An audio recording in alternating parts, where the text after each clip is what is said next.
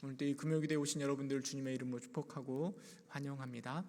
성경의 말씀 구절 중에 마태복음에 보면 열매로 알리라, 열매로 그 나무를 알리라 라는 말씀이 있습니다.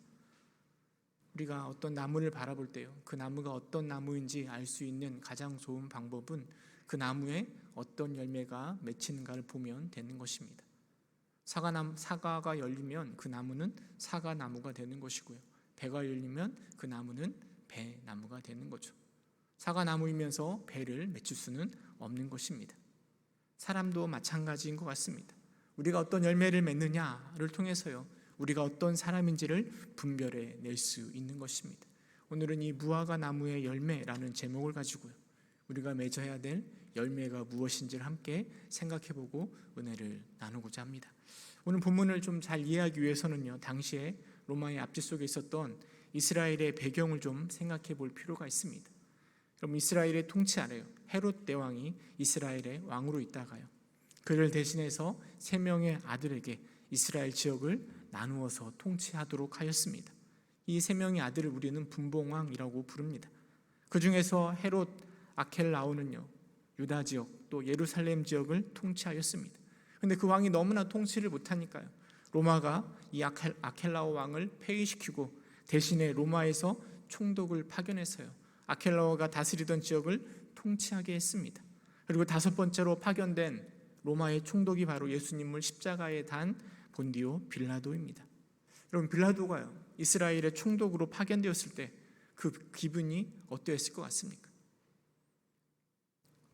총독이라고 하면 높은 자리니까 괜찮았겠지라고 우리가 쉽게 생각할 수 있겠지만요, 빌라도 입장에서 생각해 보면 로마에서 엄청나게 멀리 떨어진 지역이잖아요. 저 시골 오지 꼴짝이 이스라엘이라는 곳에 이 총독으로 파견됐다라는 것은요, 굉장히 큰 자존심이 상하는 좌천이라 할 수 있습니다. 변방으로 밀려난 빌라도는요, 굉장히 자존심이 상했을 수도 있습니다. 불만이 가득했을 수도 있습니다. 그러나 그렇게 주저할 수는 없습니다. 어떻게 해서든지 로마 황제의 눈에 잘 들어서요, 다시 로마로 돌아갈 생각만 하였을 것입니다. 그런데 이 이스라엘 백성들 중에서요, 로마의 통치에 극렬하게 반대하는 사람이 있습니다. 바로 헤롯 당원 사람들입니다. 이들은 무력으로요, 로마 황제의 통치에서 벗어나야 된다, 폭력과 힘으로 벗어나야 된다라고 주장하는 사람입니다. 당시에 로마 황제는요, 팍스 로마나라고 해서요, 로마가 다스리는 모든 지역이 다 평화롭기를 원했습니다. 빌라도의 주요 임무가요, 바로 이렇게 강제된 평화를 유지하는 것입니다. 이스라엘 지역에 어떤 전쟁도, 어떤 소요도, 어떤 폭력 사태도 일어나서는 안 되는 거죠. 로마 황제의 눈에 잘 들어야만 하는 빌라도에게 있어서요, 이 과격한 열심당원은요, 눈의 가시와 같은 사람입니다. 이 열심당원의 핵심 지역이 갈릴리 지역이었거든요. 갈릴리를 중심으로 해서 이 열심당원 사람들이 세를 확장하고 있었습니다. 그런데 이 이스라엘 백성들은요, 로마의 압제로부터 해방되는 것을 소망하고 바라고 있었긴 하였지만 열심당원과 같은 그런 폭력적인 방법은 싫어하고 있었습니다. 그래서 열심당원은요, 바리새파나 사두개파처럼 인기가 많지는 않았습니다. 이런 정치적인 상황 속에서 예수님이 활동을 하고 계시는데요, 오늘 13장 1절에 보니까 그때 마침으로 시작하고 있습니다. 앞에 내용을 살펴보면요, 예수님께서 무리들에게 말씀하시는 거예요. 구름이 서쪽에서 일어나면 소나기가 오는 것을 분별하는 것처럼 이 시대를 분별하라라고 말씀하시는 겁니다. 그때 마침 두어 사람이 예수님께 물어보는 거예요. 빌라도가 어떤 갈릴리 사람들의 피를 그들의 제물에 섞은 일을 예수님께 여쭤보고 있는 것입니다. 갈릴리 사람들의 피를 제물에 섞었다라는 것은요, 이 사람들이 빌라도에 의해서 죽임을 당했다라는 것을 말합니다. 많은 신학자들은요, 이 갈릴리 사람이 바로 열심당원 사람들일 것이다 라고 추측하고 있습니다. 빌라도는 이스라엘의 강제된 평화를 위해서 무자비하게 그 사람들을 진압하고 있는 것입니다. 그런 상황 속에서 갈릴리 사람들이 희생된 것이죠. 이 문제를 예수님께 말하고 있는 의도는 그 갈릴리 사람이 어떤 사람인가를 분별하고자 하는 의도가 담겨져 있는 겁니다. 곧 이 열심당원들은 잘못된 것 아닙니까? 너무 과격하고 폭력적인 것 아닙니까? 그래서 하나님께서 징계를 내리셔서 저렇게 죽음을 당하게 한 것 아닙니까? 라고 그 사람들이 이 갈릴리 사람, 죽음 당한 사람들을 분별하고 있는 것입니다. 이런 사람들에게 예수님께서 말씀하십니다. 우리 13장 2절 3절 함께 읽어보도록 하겠습니다. 시작. 대답하여 이르시되 너희는 이 갈릴리 사람들이 이같이 해 받음으로 다른 모든 갈릴리 사람보다 죄가 더 있는 줄 아느냐? 너희에게 이르노니 아니라. 너희도 만일 회개하지 아니하면 다 이와 같이 망하리라. 어쩌면 그렇게 생각하고 있는 사람들의 마음속에는요, 갈릴리 사람은 죄인이다, 그리고 나는 정결한 사람입니다. 저 갈릴리 사람과 비교해서 나는 말할 수 없이 깨끗한 사람이다 라는 인식이 있는 것입니다. 하지만 예수님은요, 갈릴리 사람이 죄가 많아서 그렇게 빌라도에게 죽음을 당한 것이 아니라라고 이야기합니다. 너희도 회개하지 않으면 망한다. 다시 말해서 너희가 저 갈릴리 사람들과 똑같은 죄인이다 라는 것을 말씀하고 계십니다. 더불어 예수님께서 4절 5절 이렇게 말씀하십니다. 또 실로암에서 망대가 무너져 치어 죽은 18사람이 예루살렘에 거한 모든 사람보다 죄가 더 있는 줄 아느냐? 너에게 이르노니 아니라. 너희도 만일 회개하지 아니하면 다 이와 같이 망하리라. 당시에 망대라고 하면요, 군사 시설로서 로마가 예루살렘을 통치하기 위해서 사용되었던 것입니다. 그리고 빌라도는요, 실로암에서 수로를 파가지고 예루살렘까지 연결하는 공사를 하고 있습니다. 그런데 그곳에 있는 망대가 무너진 것입니다. 이것은 아마 공사와 관련된 것이라고 이스라엘 백성들은 생각하고 있었고요. 그리고 망대가 무너져 치어 죽은 18명의 사람은 로마에 협조한 사람이고, 그리고 하나님은 그런 사람들, 로마와 협조한 그 사람들의 죄를 물어서 그렇게 죽임을 당하게 하였다라는 생각이 파다하였습니다. 예수님은 그렇게 망대에서 죽은 사람의 이야기를 꺼내고 있습니다. 그리고 그들이 더 죄가 있어서 그런 벌을 받는 것이냐라고 말씀하시는 것입니다. 이스라엘 사람들이 바라볼 때 특별히 누군가의 죽음을 바라볼 때 그 이유는 이런 죄 때문이다라고 분석하고 분별하고 있는 것입니다. 저 사람은 열심당원으로 폭력적이기 때문에 하나님께서 벌을 내리신 거예요. 저 사람은 로마에 협조한 사람이기 때문에 하나님께서 망대를 무너뜨려서 저 사람들을 치신 것이야 라고 생각하였습니다. 그런 생각 속에 나는 그래도 거룩한 사람이고 정직한 사람, 나는 괜찮은 사람이야 라는 인식이 있는 것입니다. 우리도요, 눈에 보이는 그 상황을 따라 사람을 판단하고 분별하게 되는 경우가 굉장히 많이 있습니다. 너무나 사람들을요 쉽게 판단하고 정죄합니다. 오늘날 우리가 백화점에 갈 때 어떤 차를 가지고 가느냐에 따라서요, 우리를 대하는 직원의 태도가 달라진다고 합니다. 좋은 차, 외제차를 타고 가면 극진히 대하지만 나쁜 차를 타고 가면 소홀히 대한다라는 거죠. 눈에 보이는 것만으로 사람들을 분별하고 판단을 쉽게 하는 겁니다. 여러분, 교회는 다를까요? 우리 교회의 모습은 세상과 다를까요? 우리의 모습도 어쩌면 세상과 별반 다르지 않는 것 같습니다. 새 가족이 우리 교회에 등록하였을 때 우리는 눈에 보이는 것으로요, 그 사람을 대하는 태도가 달라집니다. 뿐만 아니라 우리는 너무나 쉽게 누군가의 고난과 어려움을 판단해 버립니다. 저 사람이 저런 죄를 지어서 그런 거예요. 하나님께서 저 죄를 보고 저렇게 판단하고 심판하신 거야. 너무나 쉽게 판단하고 생각하고 그리고 분별해 버리는 것입니다. 예수님은요, 다른 사람을 너무나 쉽게 판단하고 정죄하고 있는 사람들을 향해서요 분명하게 말씀하시는 것입니다. 갈릴리에서 죽은 그 사람들이, 실로암 망대에서 죽은 사람들이 너희보다 더 많은 죄를 지은 줄 아느냐? 아니다. 너희도 동일한 죄인이고 너희도 회개하지 않으면 다 이와 같이 망할 것이다 라고 말씀하고 계시는 것입니다. 여러분, 생각해 보면요, 사람들에게 닥치는 고난이나 힘든 일들은 성경에 굉장히 많이 기록되어 있습니다. 하지만 그 이유가 항상 죄의 결과는 아닌 거죠. 하나님은 고난, 어려움들을 다양한 이유로 사용하십니다. 물론 죄를 심판하시기 위해서 고난을 사용하시기도 하십니다. 하지만 때론 더 훈련시키시고 더 성장케 하시려고 하는 방편으로 고난을 사용하시기도 하시고요, 하나님의 뜻을 전달하는 방편으로, 이루려는 방편으로 고난을 사용하시기도 하시는 것입니다. 그 대표적인 사람이 욥이라고 우리는 생각해 볼 수 있습니다. 욥이 이렇게 고백합니다. 욥기서 23장 우리 10절 말씀 함께 읽어보도록 하겠습니다. 욥기서 23장 10절 시작.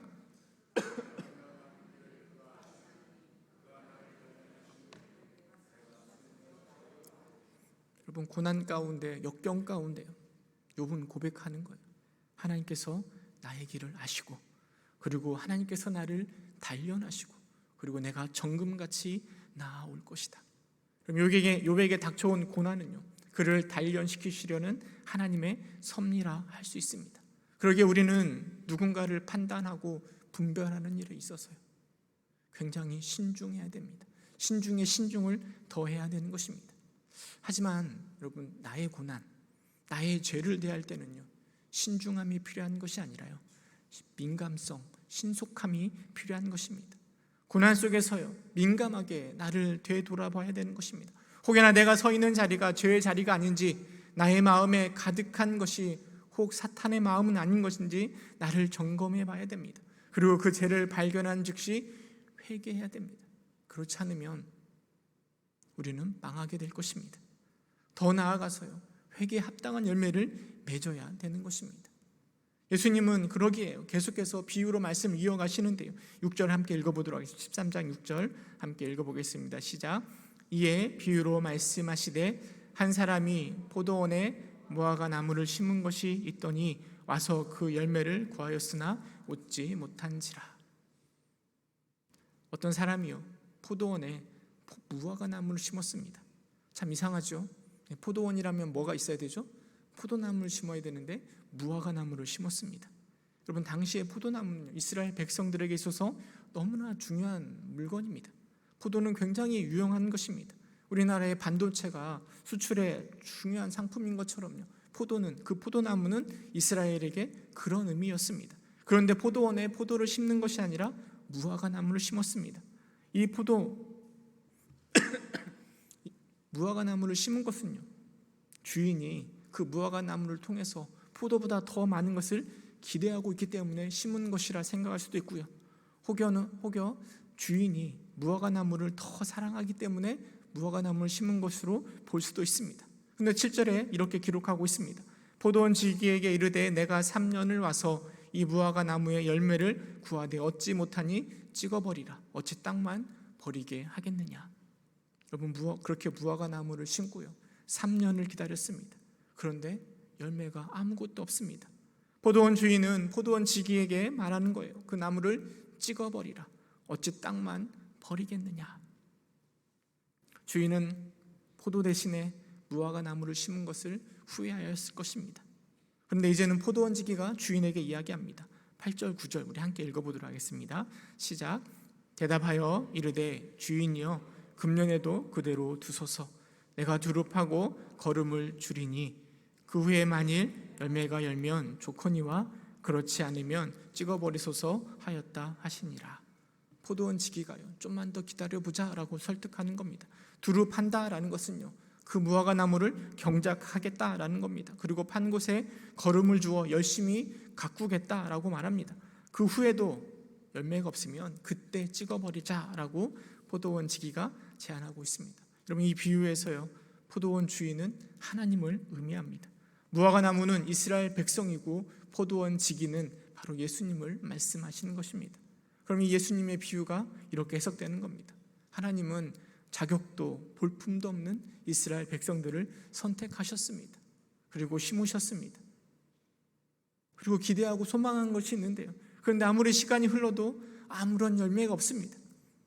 어떤 분들은요, 기다린 3년이 예수님의 공생의 3년일 것이다 라고 말하기도 합니다. 물론 그렇게 숫자적으로 기간을 의미한다라고 볼 것은 아닌 것 같습니다. 그냥 오랜 시간 기다렸다라고 생각하면 좋을 것 같습니다. 아무튼 긴 시간을 기다림에도 불구하고 열매가 없자 하나님은 찍어버리자라고 말씀하신 거죠. 하지만 예수님은 이것을 만류하고 계십니다. 내가 다시 한번 그들에게 거름을 주고 관리하겠다라고 말씀하십니다. 그럼에도 불구하고 열매가 없으면 찍으소서라고 예수님이 말씀하시는 거죠. 이 비유는요, 우리에게도 적용해 볼 수도 있습니다. 심겨진 무화과 나무가 바로 나라고 생각하면 됩니다. 하나님이 부족한 우리를 심으셨습니다. 그리고 이제는 구원에 합당한 열매, 회개에 합당한 열매를 기대하고 계실 것입니다. 그런데 합당한 열매가 없으면 찢겨지게 되는 것입니다. 그런 상황 속에서요, 예수님 우리에게 기회를 주십니다. 우리가 이제 구원에 회개에 합당한 열매를 맺지 못하면 우리도 결국 찍혀 버려지게 될 것입니다. 우리는 부지런히 합당한 열매를 맺어야 될 것입니다. 앞의 내용과 생각해 보면 다른 사람 정죄하고 판단하고 죄 때문이야라고 비판하기보다는 나를 돌이켜보고 합당한 열매를 맺어야 된다라고 우리에게 교훈을 삼을 수 있습니다. 시간이 많지 않습니다. 힘을 다하여 열매를 맺는 여러분 될 수 있기를 주님의 이름으로 소망합니다. 그런데 여러분, 우리가 맺어야 될 그 열매, 구원에 합당한 열매, 회개에 합당한 열매는 무엇을 말하는 것일까요? 어떤 열매를 우리 하나님은 원하실까요? 어떤 사람들은요, 그 합당한 열매가 성과나 성취의 결과라고 생각하기도 합니다. 전도를 한다면 몇 명을 전도했는가? 교회를 바라볼 때 몇 명의 성도가 모이고 있는가? 얼마나 많은 선교사를 파송하고 있고, 얼마나 많은 헌금이 모여져 있고, 얼마나 큰 성전을 건축하고 있는가? 그 결과를 바라보고 있습니다. 어쩌면 지금도 우리는 성취된 결과, 그 결과를 열매로 생각하고 그 열매에 집착하기도 하는 것 같습니다. 그러나 여러분, 우리는 그런 생각을 조심해야 됩니다. 이재철 목사님은요, 믿음에 있어서 종교심과 신앙심을 구별해야 된다라고 말씀하십니다. 종교심은요, 믿음의 열심을 내는데 그 열심은 자기 자신의 바람을, 자기 자신이 소망하고 있는 것을 이루기 위한 방편으로 열심을 내는 것입니다. 열심을 기반으로 이룬 성과를 바탕으로요, 예수님을 설득하는 것, 하나님을 어루고 달래어서 결국 내가 원하는 것을 하나님이 하시도록, 그래서 내가 원하는 것을 내가 이루어 가도록 한다라는 거죠. 여러분, 이런 종교심은 미신과 다를 게 없습니다. 새벽에 정한수를 떠놓고 손이 발이대로 비는 것이랑 내 기도의 응답을 위해서 열심히 신앙생활하는 것이랑 다를 게 별반 없는 거죠. 그러나 신앙심은 나의 소원이나 나의 바람을 위해서 열심을 내는 것이 아니라 하나님의 뜻을 이루기 위해서 철저하게 나를 포기하는 겁니다. 나를 부인하는 것입니다. 헌신하는 것입니다. 여러분, 나의 신앙생활이 종교심인지 신앙심인지 우리는 잘 생각해보고 판단해야 될 것입니다. 성취나 또 성과의 결과, 그 열매에 집착하면요, 우리는 자칫 하나님을 위한 신앙심이 아니라 나를 위한 종교심에 빠질 수 있음을 기억해야 됩니다. 그리고 너무나 쉽게 그 성취된 결과물로 사람들을 판단하고 분별하려는 어리석은 실수를 범할 수 있습니다. 그래서 죽은 갈릴리 사람을 보면서요, 또 망대가 무너져 죽은 사람들을 바라보면서요, 다 죄 때문이야, 저들이 잘못해서 그렇게 죄를 지어서 저렇게 당한 것이야 라고 쉽게 판단해 버리는 것입니다. 여러분, 그렇다면 성취나 그런 성과의 열매가 아니면 우리는 어떤 열매를 맺어야 하는 것일까요? 열매하면 떠오르는 것이 바로 성령의 열매 아니겠습니까? 지난 주일 오전 예배 때 담임 목사님도 말씀하셨는데요, 여러분, 이 성령의 열매는 우리가 맺어야 될 가장 귀한 열매 아니겠습니까? 근데 열매는 결코 결과나 성취로 만들어진 내용물이 아닙니다. 지극히 성품적이고 지극히 기질적인 열매를 말하는 거죠. 다시 한번 읽어볼까요? 갈라디아서 5장 22절 23절 함께 읽어보도록 하겠습니다. 시작. 오직 성령의 열매는 사랑과 희락과 화평과 오래 참음과 자비와 양성과 충성과 온유와 절제니 이 같은 것을 금지할 법이 없느니라. 여러분, 이 성령의 열매가요, 바로 하나님이 무화과 나무에서 찾으시는 그 열매 아니겠습니까? 저는 이 성령의 열매를 묵상하면서요, 하나님이 우리에게 정말 바라시는 것이 무엇일까 분명히 알 수 있다라고 생각되어집니다. 하나님은요, 우리가 드리는 어떤 굉장한 영광, 굉장한 찬양, 엄청난 성전, 물질, 또 선교를 통한 어떤 결과물을 원하시는 것이 아니라요, 그런 것들을 행할 수 있는 바로 우리 자신을 원하고 계시는 거죠. 어떤 결과를 열매로 바라시는 것이 아니라 변화된 나의 모습을 우리 하나님은 원하시고 계시는 겁니다. 세상에 그 어떤 것보다 화려한 성전을 지어서 하나님께 드린다 한들 하나님이 기뻐하실까요? 올해 어버이날에요, 저희 하영이가 저에게 어버이날이라고 편지를 써서 주었습니다. 그때 편지만 줬습니다. 선물도 없이 편지만 줬어요. 너무나 미안한지 모르겠지만 하영이가 그렇게 말했습니다. 아빠, 내가 선물이에요. 네. 선물 준비 못해서 살 돈이 없어서 그렇게 말한 것이라고 생각은 들지만은요, 여러분, 우리의 자녀들 자체가 부모가 바라보는 최고의 선물이라는 것은 정답 아니겠습니까? 부모로서 잘 자란 우리 자녀가, 하영이 자체가 최고의 선물이 되는 것 아니겠습니까? 우리 하나님도 마찬가지입니다. 전능하신 하나님께서요, 우리가 무엇을 드린들 성에 차시겠습니까? 다 가지신 하나님이 무엇이 부족한 것이 있으시겠습니까? 하나님은 그런 결과물을 열매로 맺기를 원하시는 것이 아니라요, 그런 결과물을 만들어내기 위해서 부단히 노력하고 수고하고 헌신하고 자기를 부인하며 변화된 성령의 열매를 주렁주렁 맺고 있는 우리 자신들을 하나님이 바라고 소망하고 계시는 것입니다. 하나님이 찾으시는 열매는 바로 우리 자신이라는 사실을 우리는 기억해야 됩니다. 포도원지기 곧 예수님의 인도하심을 따라 변화되고 성숙하여 성령의 열매를 주렁주렁 달고 있는 우리 자신이 바로 하나님이 찾고 찾으시는 최고의 열매가 되는 것입니다.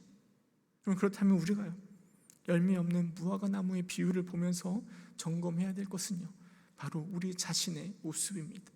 내가 어떤 신앙의 성과를 거두고 있는가, 이것을 점검할 것이 아니라 나는 어떤 사람으로 하나님 앞에 서 있는가, 이것을 점검해야 되는 것입니다. 신앙심이 가득한, 그래서 하나님의 뜻을 이루기 위하여서 나를 포기하고 나를 부인하고 열심을 내고 있는, 그래서 성령의 열매가 가득한 나의 모습인가, 아니면 종교심이 가득하여 나의 뜻을 이루기 위하여서 하나님을 이용해 보려고 열심을 다하고 있는 욕심의 열매가 가득한 나의 모습은 아닌가, 나를 점검해 보아야 되는 것입니다.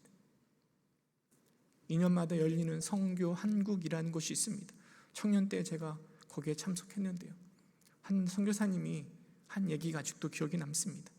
그 선교사님이 무슬림 지역에서요 몇 년째 선교 활동을 하고 있는데요, 그런데 아직까지 한 명도 전도를 못했다라는 거예요. 선교사님의 가장 중요한 건 전도하는 것 아니겠습니까? 그런데 수년 동안 선교 사역을 했는데 한 명도 전도를 못했다라는 거예요. 그래서 강단에 서는 게, 다른 사람들 앞에 서는 게 너무나 부끄럽다라고 말씀하셨습니다. 하지만 계속해서 최선을 다할 것이라 라고도 말씀하셨습니다. 저는 그 선교사님이요, 다른 그 어떤 선교사님보다 더 위대해 보였습니다. 비록 맺은 성과의 열매는 없지만 여전히 주를 향한 신앙을 가지고 있고요, 성령에 합당한 열매를 맺기 위해서 그렇게 부단히 노력하고 있는 그 모습에, 그런 모습을 분명히 보았기 때문입니다. 여러분, 내가 어떤 성과를 내고 있는가, 이것이 중요한 것이 아니라 내가 어떤 나무가 되고 있는가. 여러분, 이게 바로 우리가 맺어야 될 열매의 모습입니다. 예수님을 꼭 닮아서요, 예수님을 기쁘시게 하는 우리가 될 때요, 그 결과가 어떠하든지, 우리가 어떤 결과를 내든지 하나님은 가장 기뻐하고 기뻐하실 것입니다. 때론 우리가 종교심으로 잘못된 신앙생활을 해왔을 수도 있습니다. 결과에 집착하면서 신앙생활을 해왔을 수도 있습니다. 그러나 여러분, 아직 우리에게 기회가 있습니다. 오늘 본문에 예수님이 말씀하시잖아요. 금년에도 그대로 두소서, 내가 두루 파고 걸음을 주리라. 올해도 예수님께서 우리와 함께 하시면서 우리를 돌보시고 인도하실 것입니다.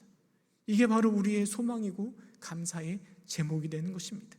하지만 그렇다고 해서요, 하나님이 영원히 참고 기다리시는 것은 아닙니다. 오래 참으시겠지만 끝까지 참으시는 것은 아닙니다. 왜냐하면 9절에 보니까 이후에라고 말하고 있습니다. 그것은 분명한 심판의 때가 있다라는 것을 말하고 있는 것입니다. 그리고 그 시간이 되어도 아무런 열매가 없다면, 성과의 열매가 아니라요, 변화된 나의 열매가 없다면 찍어져 버릴 것이다 라는 것을 우리는 기억해야 될 것입니다. 다른 사람의 고난의 열매를 보면서요 판단하고 정지하기보다는 나에게 어떤 열매가 맺히고 있는지를 살펴보고요. 구원에 합당한 열매, 회개에 합당한 열매, 그 열매를 맺을 수 있는 저와 여러분 되시기를 주님의 이름으로 축원합니다. 함께 기도하겠습니다. 참 사랑이 많으신 하나님,